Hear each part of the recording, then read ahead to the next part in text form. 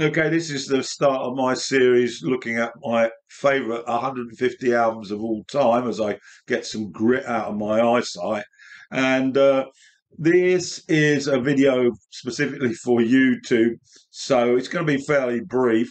Um, and I've looked at albums over a 60-year period, right from the 60s right up to the present day. A confession time, though, there are not many albums in here that are less than 10 years old. But then that reflects the fact that I'm 70 years old. So, anyway, let's get started, shall we? So, 150. This is a band called the Edgar Band, founded in Warwick in 1968. This is one of the first albums that I listened to as a youngster, age 15, that really blew my mind. And so I've stuck it in here at the back end. It's called Waza Waza, and a story surrounding my friend who introduced me to this band. It's a combination of blues, heavy rock, and Edgar Broughton, the singer and writer, sounds like a cross between Captain Beefheart and who else? Wowling Wolf. So here we are. This is my 150 choice. Great album. Death of an Electric Citizen opens the album. It's the heaviest thing I've ever heard on record at that particular time. Evil is a really a sort of nightmarish a visit. And then we have the amusing American Boy Soldier, which is a parody on American youth rushing to serve their country in Vietnam, only to end up being brought home in a box. Okay, so that's my 150 Waza Waza Edgar Broughton Band.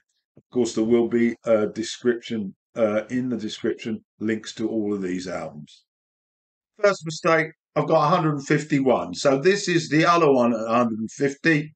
This is Part Life, 1994 release by the British band Blur, fronted by Damon Albarn. This is when Britpop arrived, and this is my favourite of theirs. A great album. There's some great songs on here. End of a Century, I love. The title track, of course, with Phil Daniels on vocals. Great video, and of course the cover, which reflects that activity called dog racing. And I also love the End to the End, which is a sort of classically inspired Parisian feel to it. Lovely stuff. 150, Part Life, Blur. Clocking in at 149 then. This is an album that I really like by Lucinda Williams called Car Wheels on a Gravel Road from 1998. This southern gal, as I describe her, brings together the best of sort of music from the continent, really. We get a little bit of folk, a little bit of blues, a little bit of gospel, and it's done in a beautiful way, very emotionally powerful. The best songs on here, I think, are Drunken Angel and Lake Charles. A lovely selection, and check out the harmonica played by Steve Earle on Drunken Angel. Absolutely superb. Roy Bittan chips in on mandolin and keyboards, I think. So, excellent album, was highly regarded. At 149, it's called Car Wheels on a Gravel Road, and it's by Lucinda Williams, and it was released in 1998. To 147, is that? Or 148? I've lost count already. No, it's 147. This was released in 1974. One of my favourite musicians of all time. His name is Eric Clapton, nicknamed Slowhand. I saw this guy in the 70s a couple of times. And this album, 461 Ocean Boulevard, was an album that saw him emerge from a rather dark period where he was having problems with substance abuse. He'd broken up the Derek and the Dominoes, and of course, the relationship problems that he was having have been well documented. Great album, this. A lot of reggae on here. I Shot the Sheriff, a great cover. And my favourite on this is Let It Grow. Beautiful, slow, sort of acoustic ballad. Give Me Strength, another very, very strong song on here. And Motherless Children. Love the album. Love Eric. And it's at 147 461 Ocean Boulevard by Slow Hand. Next up on my radar at 146 is Dirty Mind by Prince, released in 1980. It was his third album, and I got into this a lot later than 80. In 1980, Prince was a sort of a bad suggestion in my listening pleasures. But I really got into this when I moved to Thailand. High registered vocals, rock elements, sexually explicit lyrics and themes, and his image, of course. It's a great album, I think, a fusion of genres in the urban black music scene. And the tracks that I really take a lot of notice of surprise not, Head and Sister. Uh, and infamous songs, those ones. Notorious, it could be said. So, 146, Dirty Mind by the Purple One, Prince. And it's so to 145. Again, this one really I got into after I arrived in Thailand in 1993. It was released in 1994. It's the second album by Suede called Dogman Star. And I really played this to death. It was the last album with Bernard Butler. He only played on a 1.5 albums, really. They had to finish the album with session musicians because of his fallout with Brett Anderson.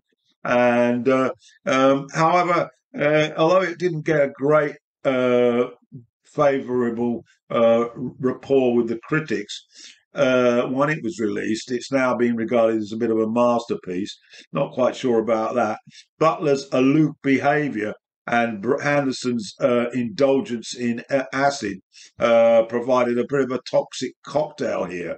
And but the band did move into sort of more psychedelic elements, more guitar orientated, and the pick of the bunch is the Asphalt Whirl, which is a 9-minute opus, an absolute gem with some strings in there.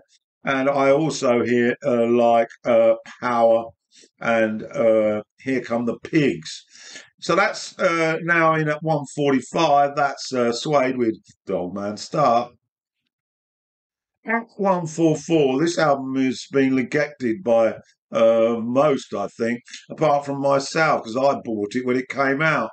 And the album I'm referring to is called Limping Through a Generation, and it's by the Blow Monkeys, and it was released in 1984. The Blow Monkeys were fronted by their lead singer, Dr. Robert, and it's a tremendous album combining sort of funk with new wave and jazz elements.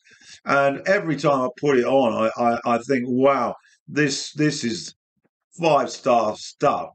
The songs that really hit me are Atomic Lullaby, Man from Russia, and Forbidden Fruit. There's no Digging Your Scene on here. That came out in the second album and it was released as a single before the debut. Confused? Well, get to listen to it. It's called Limping for a Generation. It's the debut album by the Blow Monkeys, released in 1984. It's my number 144 on my countdown. So to 143, and this is an album by Joe Jackson. It's his seventh album, and it was released again in 1984. It's called Body and Soul. I really love this album. It's when Jackson really started getting into the jazz elements and sort of steering further and further away from the punk. It's got some cool style jazz songs with snippets of Latin percussion as well.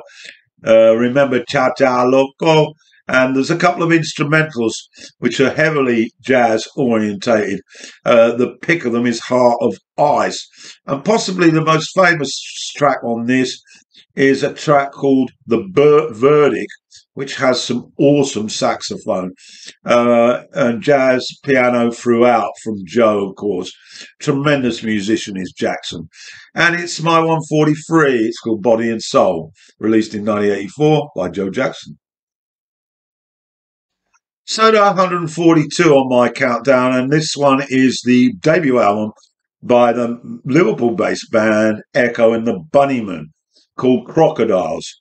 A confession, when this came out, I thought it was very, very ordinary. And I really felt that particularly McCulloch sounded more like Jim Morrison than anything else.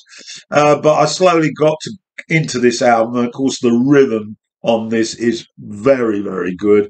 They sort of came around post-punk and very much a band that's has survived all the problems that those punk bands came across.